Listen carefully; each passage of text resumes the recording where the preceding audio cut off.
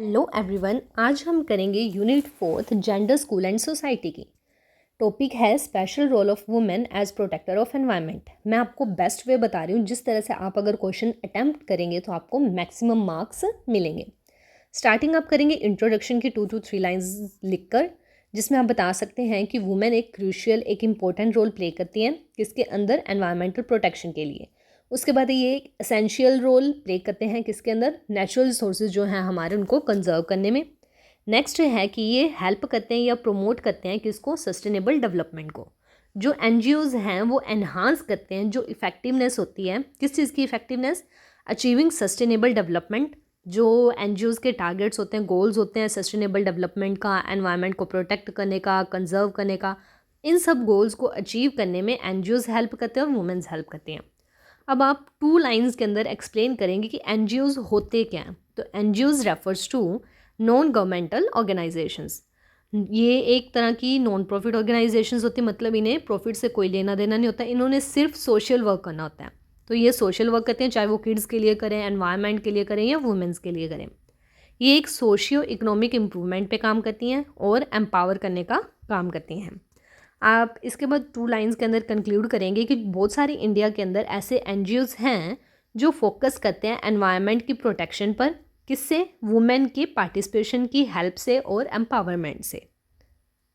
Next आता है कि why women are considered as protector of environment, कि वुमेन्स को प्रोटेक्टर क्यों कंसीडर किया जाता है एनवायरनमेंट का। इसके आप कुछ पॉइंट्स लिखेंगे। ये आप सिर्फ डायग्राम बनाकर भी आ सकते हैं, लेकिन लिखने ज़रूर है ये पॉइंट। अगर आप एक्सप्लेन करना चाहें तो 1 to 2 लाइंस में कर देना, अदरवाइज नीड नहीं है। फर्स्ट पॉइंट है resource management, second is dependence on natural resources, third traditional knowledge and skills, fourth grass root movements, next awareness and education, next policy influence, मतलब डिसीजन मेकिंग या decision taker ये अच्छी हैं। Next अब जो हमारा main topic है कि वुमेन्स का क्या रोल है as a protector of environment in NGOs. इसके अंदर 11 पॉइंट्स हैं, आपको 11 ही लिखने पड़ेंगे क्योंकि तभी आपके क्वेश्चन की लेंथ बन पाएगी। First point is Chipko movement, then Bishnoi movement, then the Silent Valley movement, then Appiko movement, Jangal Bachao Andolan, Narmada Bachao Andolan, green belt movement, save the seed movement, legal provision on environmental protection in India, centre for science and environment, MKSS, Mazdoor किसान शक्ति संगठन। ये सब points का आप ऐसे ही diagram बना के आएंगे, देन आपको इसको एक्सप्लेन करना स्टार्ट करना है। जैसे फर्स्ट पॉइंट है चिपको मूवमेंट, मैंने इसके मेन पॉइंट्स कवर किए हैं, आप इनको लाइन के फॉर्म में, पैराग्राफ की फॉर्म में लिख देना। चिपको मूवमेंट 1973 के अंदर आया था, चमोली डिस्ट्रिक्ट ऑफ उत्तराखंड के अंदर इसको चलाया गया था। इसका लीडर कौन था जिन्होंने ये चिपको मूवमेंट चलाया था, चंडी प्रसाद। एम क्या था इस चिपको मूवमेंट का, कि प्रोटेक्ट करना है जो हिमालय के फॉरेस्ट्स हैं उनको। चिपको मूवमेंट, चिपको का मतलब क्या होता है, मीन्स टू स्टिक। इसका मतलब कि उन्होंने हग कर ट्रीज़ को हग कर प्रोटेक्ट करने का ट्राई किया था। और ये चिपको मूवमेंट किस से इंस्पायर्ड है, ये अपिको मूवमेंट से इंस्पायर्ड है। नेक्स्ट आता है बिश्नोई मूवमेंट। बिश्नोई मूवमेंट 1700 के अंदर आई थी, राजस्थान के अंदर चलाया गया था इस मूवमेंट को। इसके लीडर कौन थे, अमृता देवी एंड बिश्नोई के जो लोकल विलेजर्स थे वो। इस बिश्नोई मूवमेंट का एम क्या था कि जो खेजड़ी ट्रीज़ हैं उनको प्रोटेक्ट करना है। ये वहाँ के लोकल एरिया के अंदर जो ट्रीज़ थे उनका नेम है खेजड़ी ट्रीज़। इन ट्रीज़ को प्रोटेक्ट करने के लिए बिश्नोई मूवमेंट चलाया गया था। नेक्स्ट है द साइलेंट वैली मूवमेंट। ये मूवमेंट 1978 के अंदर केरला के अंदर चलाया गया था। इनके लीडर कौन है, सुगथा कुमारी। इसका एम क्या था कि prevention of the construction of hydrochloric dam in Kerala's silent valley. जो केरला के अंदर जो वैलीज थी वहाँ पर एक बड़ा सारा डैम बनाना चाहते थे, उस डैम के अगेंस्ट इन्होंने द साइलेंट वैली मूवमेंट चलाया था। Next is Appiko movement. Appiko movement 1983 के अंदर स्टार्ट हुआ था कर्नाटका के अंदर। ये एक साउथर्न वर्जन था, मतलब कि ये साउथ के अंदर हुआ था, तो ये साउथर्न वर्जन था किसका, चिपको मूवमेंट का। ये भी ट्रीज़ को प्रोटेक्ट करने के लिए चलाया गया था, क्योंकि जो कॉन्ट्रैक्टर्स थे उनको कॉन्ट्रैक्ट मिला गया था भी ट्रीज़ वगैरह कट करने हैं, तो उनको बचाने के लिए कॉन्ट्रैक्टर्स के अगेंस्ट ये अपिको मूवमेंट चलाया गया था। नेक्स्ट आता है जंगल बचाओ आंदोलन। ये 1982 के अंदर बिहार के अंदर स्टार्ट हुआ था, ताकि जो सेल फॉरेस्ट है या सेल ट्रीज़ हैं उनको प्रोटेक्ट किया जा सके। इसके अंदर गवर्नमेंट के ऑर्डर आए थे कि सेल्फ फॉरेस्ट को रिप्लेस करेंगे आप टीक के ट्रीज से। ये एक तरह का ग्रीन गेम पॉलिटिकल पॉपुलिज्म था, मतलब कि गवर्नमेंट के जो ऑर्डर्स थे उसके अगेंस्ट ये जंगल बचाओ आंदोलन चलाया गया था। नेक्स्ट आता है नर्मदा बचाओ आंदोलन।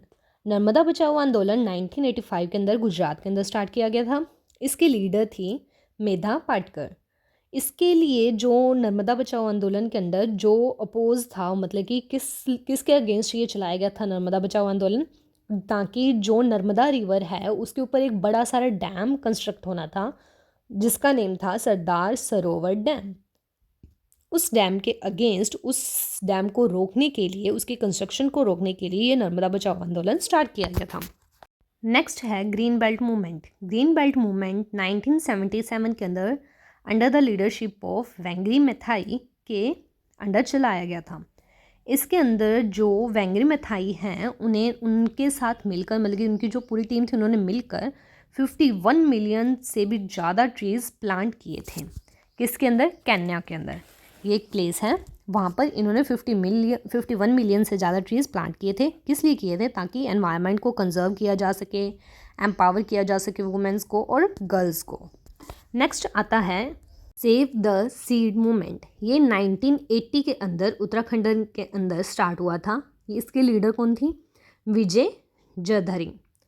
इसके अंदर जो ऑर्गेनिक फार्मिंग है और जो सस्टेनेबल एग्रीकल्चर प्रैक्टिसेस हैं उनको प्रमोट करने के लिए ये सेव द सीड मूवमेंट चलाया गया था, ताकि जो फार्मिंग है वो ऑर्गेनिक चीज़ों पर बेस्ड हो, पेस्टिसाइड्स के अगेंस्ट था ये।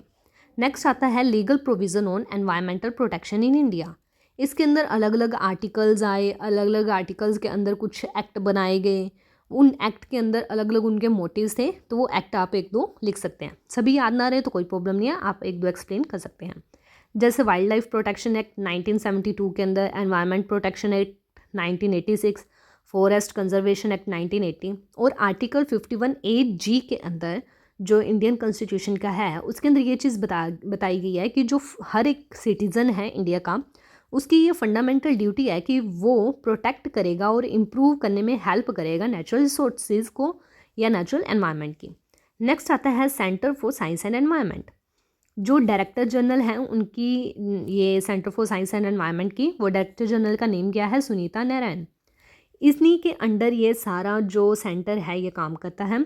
ये एक वुमेन है जिन्होंने प्रमोट किया सस्टेनेबल और इक्विटेबल डेवलपमेंट को। इसके अंदर जो सुनीता नारायण थी उन्होंने एनवायरमेंटल एडवोकेट हैं, एक मतलब कि एनवायरनमेंट के एडवोकेट हैं और ये एक पॉलिसी एक्सपर्ट भी हैं। इन्हीं की हेल्प से जो एनवायरनमेंट के अंदर चैलेंजेस आए थे उनको फेस कर पाए और उनको ओवरकम कर पाए। नेक्स्ट आता है MKSS, मजदूर किसान शक्ति संगठन। ये अरुणा रॉय उनके द्वारा चलाया गया था, जो एक सोशल वर्कर हैं और इन्होंने मतलब कि इसके अंदर जो किसान हैं उनको आगे उनके वेजेस के लिए डिमांड वगैरह की थी। तो अरुणा रॉय एक फ़ीमेल है, इसलिए उनका जो रोल है वो दिखाया गया। लास्ट में आपने कंक्लूज़न लिखना है, वो मस्ट है कि जो वुमेंस हैं वो इम्पोर्टेंट रोल प्ले करती हैं। अलग अलग इन्होंने मूवमेंट्स चलाई हैं, एनवायरनमेंट को प्रोटेक्ट करने में हेल्प किया, अच्छी मैनेजमेंट और डिसीजन मेकिंग करती हैं। इसी के साथ आपका आंसर कंप्लीट होता है। अगर आपकी थोड़ी भी हेल्प हुई है तो please like and subscribe my channel. And अगर आपको कोई और टॉपिक पे नोट्स चाहिए या एक्सप्लेनेशन चाहिए तो आप कमेंट में अपना टॉपिक लिख सकते हैं। Thank you for watching.